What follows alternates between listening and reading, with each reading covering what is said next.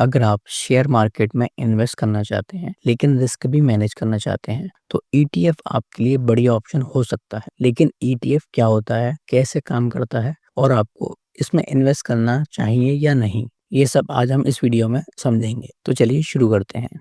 Chapter number 1, ETF क्या होता है। ईटीएफ का फुल फॉर्म होता है एक्सचेंज ट्रेड फंड। ये एक तरह का इन्वेस्टमेंट फंड जो स्टॉक एक्सचेंज पर ट्रेड होता है, बिल्कुल एक स्टॉक की तरह। मतलब आप ईटीएफ को शेयर की तरह खरीद और बेच सकते हैं। सिंपल शब्दों में अगर समझें तो ईटीएफ एक बास्केट होती है जिसमें मल्टीपल स्टॉक, बॉन्ड या कमोडिटीज होती हैं।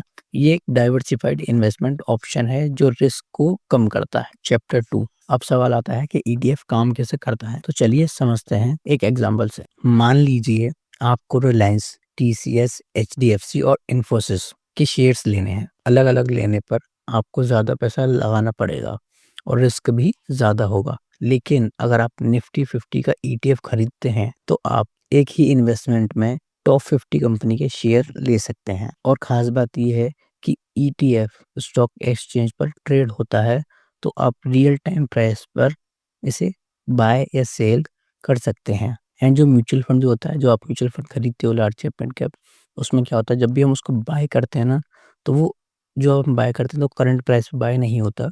उसका जो पूरे दिन का लास्ट प्राइस, यानी कि जब मार्केट बंद होती है तब का जो प्राइस होगा तब वो बाय होगा। बट ईटीएफ में ऐसा नहीं है। ईटीएफ को हम जब भी बाय करेंगे, मान लो अगर हम 12 बजे बाय करते हैं तो 12 बजे जो उसका प्राइस चल रहा होगा, हम उस प्राइस पे उसको बाय कर सकते हैं। सबसे बड़ा बेनिफिट इसमें ये होता है।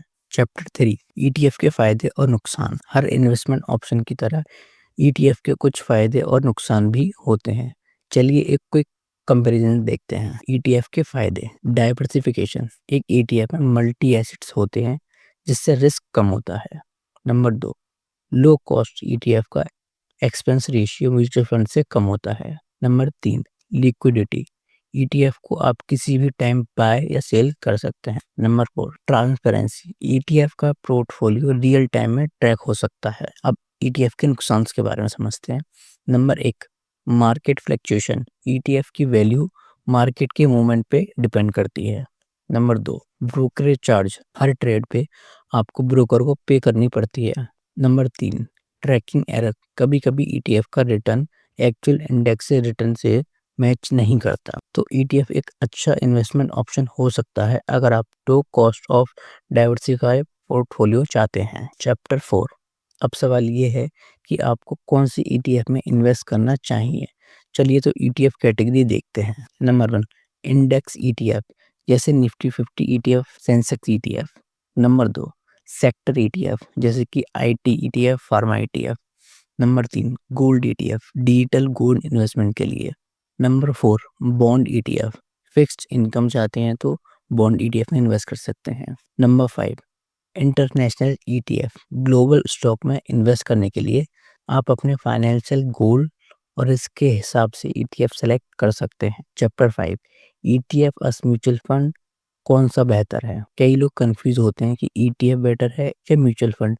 चलिए एक साइड बाय साइड कंपैरिजन करते हैं। सबसे पहले हम बात करेंगे ईटीएफ के बारे में। ईटीएफ में कॉस्ट, लो एक्सपेंस रेशियो होता है। ट्रेडिंग रियल टाइम बाय और सेलिंग होती है। मैनेजमेंट पैसिव होता है। अब बात करते हैं म्यूचुअल फंड की। म्यूचुअल फंड में कॉस्ट, हाई एक्सपेंस रेशियो होता है। Trading end of the day, यानी कि जो मैंने आपको बताया था, मार्केट जब बंद होती है ना, तब जो मार्केट प्राइस होगा तब म्यूचुअल फंड में हमारा जो भी ऑर्डर होगा वो बाय होगा। बट ईटीएफ में अगर हमने 11 बजे जो ऑर्डर लगाया है तो वो 11 बजे जो प्राइस होगा उस प्राइस पे बाय होगा। बाकी मैनेजमेंट इसका एक्टिव रहता है। लिक्विडिटी ईटीएफ की हाई रहती है और म्यूचुअल फंड की मॉडरेट रहती है। अगर आप एक्टिव मैनेजमेंट और एसआईपी प्रेफर करते हैं तो म्यूचुअल फंड बेटर है। अगर आप लो कॉस्ट और फ्लेक्सिबिलिटी चाहते हैं तो ईटीएफ बेटर है। Chapter 6, don't work for money, money it work for you. अगर आपको ये वीडियो पसंद आई है तो लाइक और शेयर और सब्सक्राइब ज़रूर करें। मिलते हैं नेक्स्ट वीडियो में, तब तक के लिए हैप्पी इन्वेस्टमेंट।